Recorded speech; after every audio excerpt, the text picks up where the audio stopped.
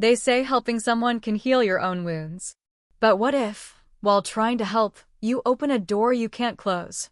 What if kindness turns into craving? What if the one person who needed you the most became the one person you couldn't say no to? I didn't plan it. I didn't wake up one morning thinking, I'm going to destroy everything I've spent years building. But sometimes, it's not destruction that tempts you. It's attention. It's warmth. It's someone looking at you like you matter again. And that can be more dangerous than desire. Because I wasn't starving for touch. I was starving to be seen, to be heard, to be held not with hands, but with presence. And he gave me that. God, help me, he gave me that. It started small, so small, I almost missed the moment things changed. A smile that lingered longer than it should have. A hand that brushed mine and didn't pull away.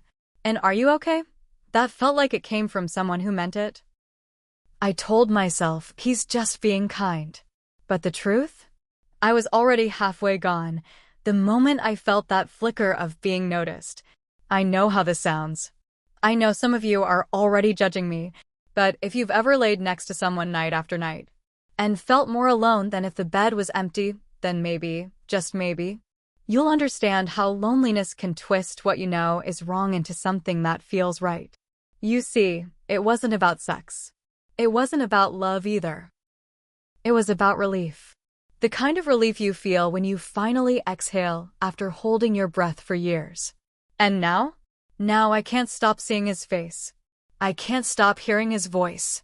I can't stop remembering the way he looked at me like I was something worth holding on to, even if just for a moment, even if it shattered everything after. It wasn't supposed to feel like that, but it did, and I know there's no excuse. But if you've ever made a mistake that felt like salvation in the moment, then maybe you'll understand. Maybe you'll stay and hear the whole story. Because the truth? This isn't just a story about betrayal. It's a story about pain, about silence, about the invisible ways we break, long before we ever cross the line. And if you're still listening, if your heart just clenched a little, then maybe this story is meant for you too. Subscribe to Heartfelt Tales Unfold. Not just for stories, but for the quiet truths we whisper when no one else is listening. Because once you hear this, you'll never look at help the same way again. My husband barely noticed me anymore. We didn't fight. We didn't scream. We just existed. Same kitchen, same bed, different worlds. He worked late, traveled often. Sometimes I'd hear his car pull into the driveway and feel nothing. Not relief. Not joy. Just silence. The kind of silence that builds up over years. Not all at once, but piece by piece. Until one day, you realize the person sleeping beside you doesn't even look at you anymore. And you stop trying to be seen. The kids were grown. The house quiet in a way that didn't feel peaceful anymore. Just hollow. Most days, I filled the space with chores. Laundry, cooking, cleaning counters that were already clean, pretending I didn't notice how cold the bed felt by 11 p.m. Or how long it had been since anyone held my face and said my name like it meant something. Then, he came back. Kevin. My husband's son from his first marriage. He was 24 now. Back home for a few months to figure things out. I remembered him as the boy who once asked if he could call me Mom, then changed his mind the next day and never brought it up again. I didn't blame him. I wasn't his mother. I was just there, always there. But now he was different. Taller, broader, voice deeper, shoulders stronger. And his smile, that hadn't changed. Still crooked, still warm, still disarming. The first night he arrived, he hugged me like he meant it. Not a quick, polite hug, but one that lingered, arms around me just a second too long. I told myself I imagined it, that he was just being sweet. But when he pulled away, his eyes stayed on mine. And I felt something shift. He made the house feel less empty. He asked me how I was doing. Not in passing. He really asked. And I didn't know how to answer. Because no one had asked me that in a long time. Dinner became our ritual. He'd sit on the counter while I cooked, telling me about job interviews, old friends, things he regretted. I listened. And for once, someone listened back. He noticed things. Like how I hummed when I stirred the sauce. How I always looked tired by 4 p.m. How I paused before answering questions like I wasn't sure my words mattered. He noticed me. And my husband? He'd walk in, nod, grab a plate, scroll through his phone at the table. Sometimes he didn't even say goodnight anymore. Kevin did. Every night. "Good night, Laura," he'd say. Soft, direct, like it mattered. And I'd whisper it back, feeling something strange in my chest, something I hadn't felt in years. I told myself it was nothing. Just attention. Just gratitude. Just a boy being kind. But deep down, I already knew it was more. It started with a simple thing. He needed help writing a job application. Said he wasn't good with words. Said I had that way of making things sound better. We sat at the dining table. It was late. The kind of late where the house feels like it's holding its breath. Quiet, still, honest. The kitchen light was the only one on. Everything else was dark. Just him, me, the glow of the laptop screen between us. I leaned over to help him with a sentence. He leaned in too. And then, our hands brushed. Not by accident. Not on purpose. Just something in between. We both paused. Just for a second. But in that second, something passed between us. A heat. A recognition. I looked up at him. And he was already looking at me. Not like a stepson. Not like a kid asking for advice. But like a man seeing something he didn't expect. And I didn't look away. We laughed. It broke the moment, sort of. Made it feel innocent again. Almost. But then he said it. Low. Barely above a whisper. "You deserve to be seen." Just like that. No explanation. No apology. Like he knew. Like he'd been watching me fade in real time. Like he could feel the parts of me that had gone numb. I didn't answer. I couldn't. I just looked at the screen. Typed a few words. Pretended my heart wasn't racing. After that, something shifted. He started coming into the kitchen more often. Asking questions that didn't need answers. Staying longer after dinner.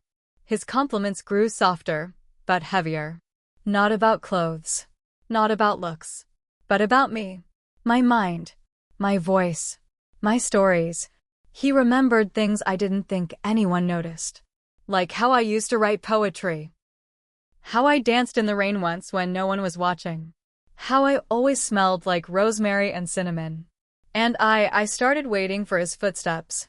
Started listening for the sound of the fridge opening at night. Started hoping he'd walk into the room when I was there. I told myself I was being ridiculous. That it was nothing. That I was just bored. Lonely. Tired. But deep down, I knew I had already crossed a line. Not with my body, but with my heart. And sometimes, that's the scar that cuts the deepest. I told myself it was just kindness. That he was just being sweet. That I was reading too much into everything. But the moment kept playing in my mind, over and over, like a song you hate yourself for loving. The brush of our hands. The way he looked at me. The words, "You deserve to be seen." They echoed through my chest long after he'd gone to bed. I tried to shake it off. Tried to pour myself into laundry, dishes, errands. Anything that made me feel useful instead of wanted. But something had been stirred. And once that feeling wakes up, you can't put it back to sleep. At night, I'd lie beside my husband, watching the soft rise and fall of his chest, wondering when the last time was that he reached for me. Not out of duty. Not out of routine. But out of desire. I couldn't remember. I started comparing everything. The way Kevin listened when I spoke, really listened. The way he remembered small details, asked follow-up questions. The way he'd laugh at my jokes, even the dry ones I'd given up telling years ago. And then there was my husband. Half answers, distracted glances, phone in hand, mind somewhere else, always somewhere else. The loneliness grew sharper. It wasn't just sadness anymore. It was a craving, a hunger I didn't know I had until someone fed it.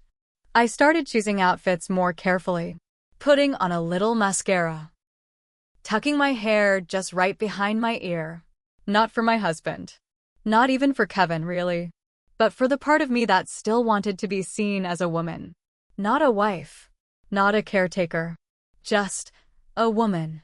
And every time I caught Kevin watching me from across the room, a part of me lit up. Quietly. Carefully. Dangerously. I told myself I wasn't doing anything wrong. I wasn't flirting. I wasn't leading him on. I wasn't touching him. I was just feeling something again. And what's so wrong about feeling? What's so wrong about wanting to feel alive? I didn't want to betray anyone. I didn't want to cross a line.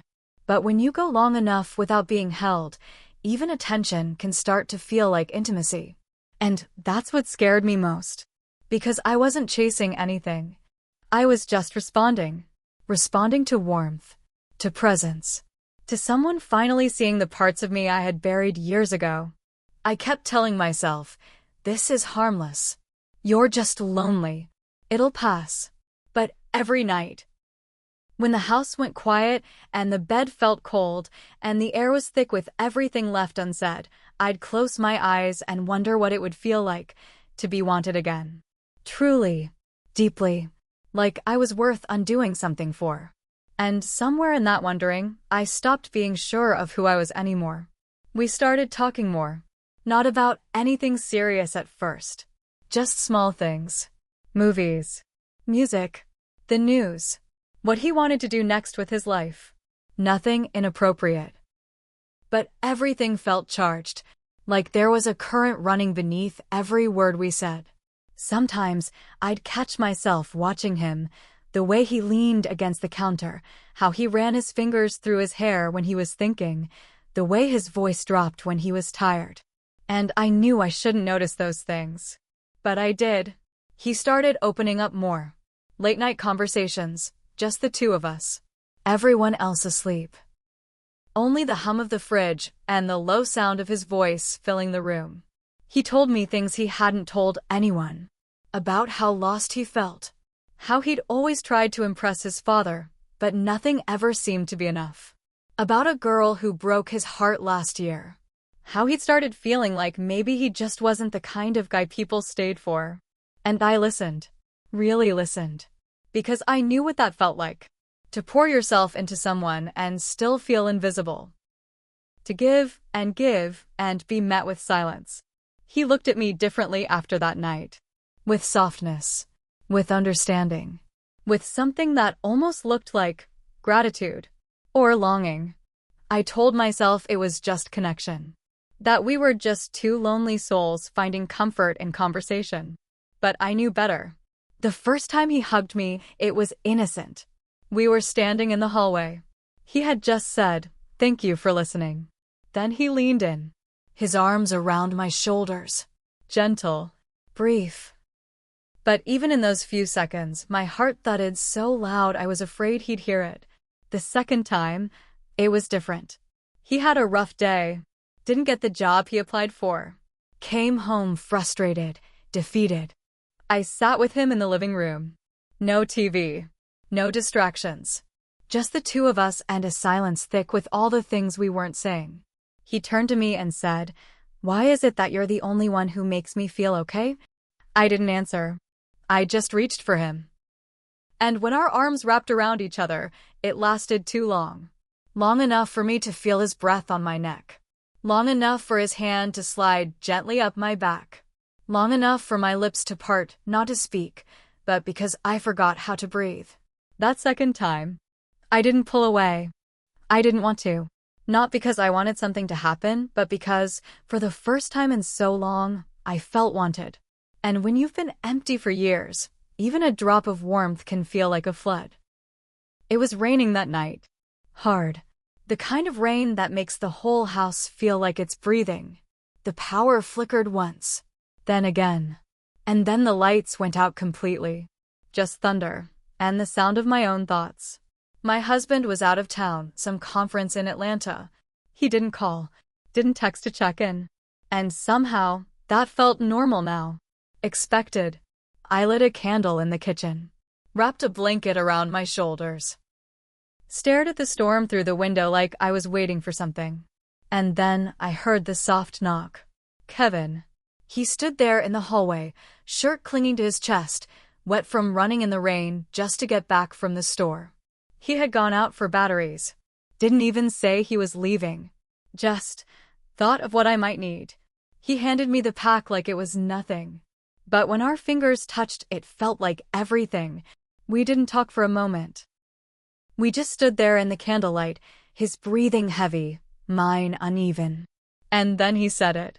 Not loud, not rushed, just clear. Like he'd been waiting to say it for weeks. I don't care that you're married. I care that you're sad. The words hit me in a place I didn't know I was still guarding. Because I was sad.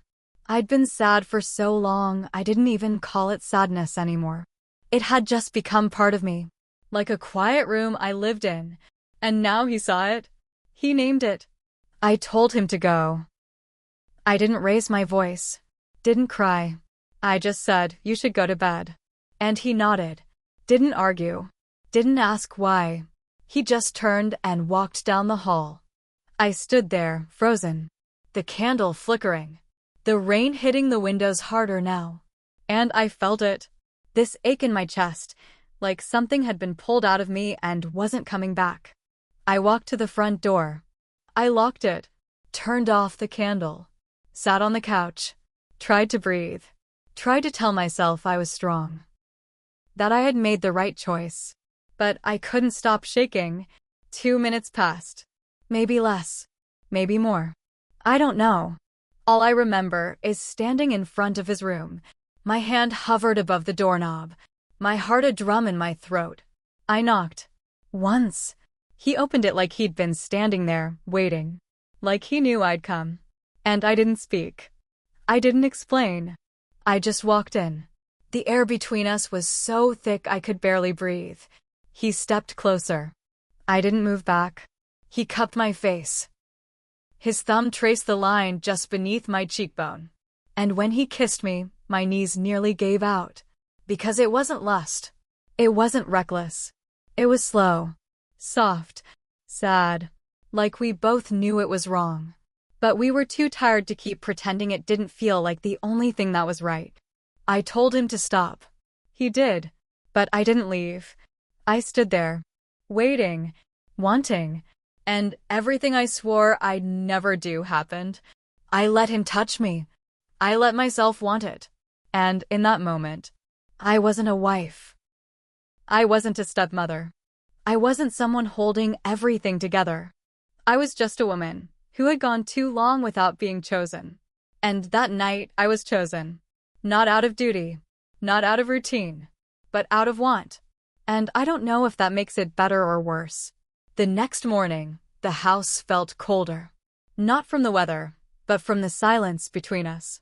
He didn't come down for breakfast. I didn't knock on his door. We both pretended to be asleep. Even though I knew neither of us had closed our eyes. I kept replaying everything. The way his breath had felt on my skin. The way his voice had cracked when he whispered my name. The way I had let it happen, wanted it to happen. And now, I couldn't take it back. Even if I wanted to. He wouldn't look at me. Not directly. He'd walk past me in the hallway, eyes down, shoulders stiff. But me? I couldn't stop looking at him. Not out of romance. Out of guilt. Out of confusion. Because part of me missed him already. And part of me couldn't believe I had done what I did. My husband came home that evening, dropped his suitcase by the door, kissed my cheek but didn't look into my eyes. He didn't notice the shift. Not right away. But 3 days later, as we sat on the couch, side by side but miles apart, he turned to me and said, "You've been quiet lately." I laughed. Too loud. Too forced. The kind of laugh that's supposed to erase suspicion. It didn't. He stared at me for a second longer than usual, then turned back to the TV. And I sat there, heart pounding, wondering if he felt it, the distance, the weight in the room, the absence of something unspoken. Kevin started spending more time outside. Long walks, errands that didn't need running. He came home later, spoke less. I tried to act normal. I tried to smile in the kitchen, ask about his day, keep things light. But the tension between us was thick. Like we were tiptoeing around glass we had already shattered. And then one night, as I was wiping down the counter, he came into the kitchen. His voice was low, his eyes tired. He said, "We crossed a line." I didn't say anything. He looked at me for the first time in days, really looked. And I saw it in his face. The guilt, the ache, the part of him that regretted it, and the part that didn't. "I don't know how to come back from this," he said. And I wanted to say, "Me neither." But the words stayed trapped in my throat. Everything had changed. We both knew it. But we didn't know what to do with the knowing. We were two people pretending to be strangers again, but carrying a secret that pulsed between us in every room we entered. I never wanted to hurt anyone. That was never the intention. I wasn't chasing danger. I wasn't looking to betray my husband. I just wanted to feel held, to feel like I mattered, like I wasn't fading into the background of my own life. But now, I carry silence like a second skin. It's there when I cook, when I fold laundry, when I brush my teeth and catch my own eyes in the mirror. A silence so loud it hums. Some nights I lie awake, staring at the ceiling, replaying everything, his breath, his hands, the way he said my name like it wasn't something casual. And I wonder, was any of it real? Or was it just two people starving in their own separate ways, mistaking need for love? Did he really see me? Or just the version of me that was there in the moment, open, kind, available? And did I see him? Or did I just project my loneliness onto someone who simply knew how to look back? I ruined something. I know that. Not just the marriage. Not just the trust. But something sacred inside of me. Something I used to protect with everything I had. But in the same breath, I also awoke something. Something I didn't even know I had buried so deep. A part of me that still feels, that still wants, that still believes she could be chosen, not just tolerated. I started pulling away. From Kevin. From myself. I kept conversations short. Avoided being in the same room too long. Stopped wearing perfume. Stopped meeting his eyes. But it hurt. God, it hurt. To pretend we were nothing. To act like that night didn't happen. To pretend like it didn't change everything inside me. Every time I walked past his door, my body remembered. The warmth, the ache, the quiet knowing. And every time I heard my husband typing away in his home office, heard him yawn and say goodnight without looking at me, I felt the weight of what I'd done settle deeper into my bones. If I could turn back time, I wouldn't open that door. I wouldn't knock. I wouldn't lean in. But I also asked myself, why was it so easy to open? Why did it take so little to make me fall? Maybe that's the part that hurts the most. Not that I did it, but that it didn't even feel like a fight. That the moment came, and I stepped into it like I'd been waiting for it all along. I don't know what kind of person that makes me. I don't have the answers. I just know I'm not the same anymore. And maybe I never will be. Have you ever tried to help someone only to realize you were the one being saved? Not with grand gestures. Not with words. But with the way they saw you, really saw you, in the moments when you had long forgotten what it felt like to be visible. I thought I was giving him comfort. A listening ear. A safe place. But somewhere along the way, he became that for me. And I don't know what that says about me. About the woman I've become. About the woman I thought I was. So I'll ask you. Not as someone who has the answers, but as someone still searching for a way to live with the questions. Would you knock if you knew what was behind the door? Would you still walk in if you knew it would cost you parts of yourself you may never get back? Or would you walk away and always wonder what it might have felt like to be seen again? Tell me in the comments. Not because I need your approval, but because maybe, just maybe, you've been here too. Or close enough to feel the edge of it. And if this story stirred something in you, something you didn't expect, something you don't quite know how to name, subscribe to Heartfelt Tales Unfold. Because the next tale might echo a truth you've never dared to say aloud. Some doors open to comfort, others to chaos, but most open to mirrors. And I knocked. I stood there with the storm behind me, my breath caught in my chest, my heart split between who I was and who I wanted to be. And I knocked. And now, I can't unsee what was waiting on the other side. 3 of them. Not lovers. Not strangers. But reflections. Reflections of everything I gave up trying to feel whole. Trying to feel chosen. Trying to feel alive. I live with that now. Not loudly. Not with shame painted across my face. But quietly. Like a song I hum under my breath when no one's around. Because some stories, they're not meant to be resolved. Not tied up. Not erased. Just remembered. Remembered for the way they change us. For the pieces they take. For the truths they uncover, even when we're not ready to face them. And if you're still here, if you've listened this far, maybe this story wasn't just mine. Maybe it was yours too. In a different form. In a different time. But the ache? The ache always feels the same.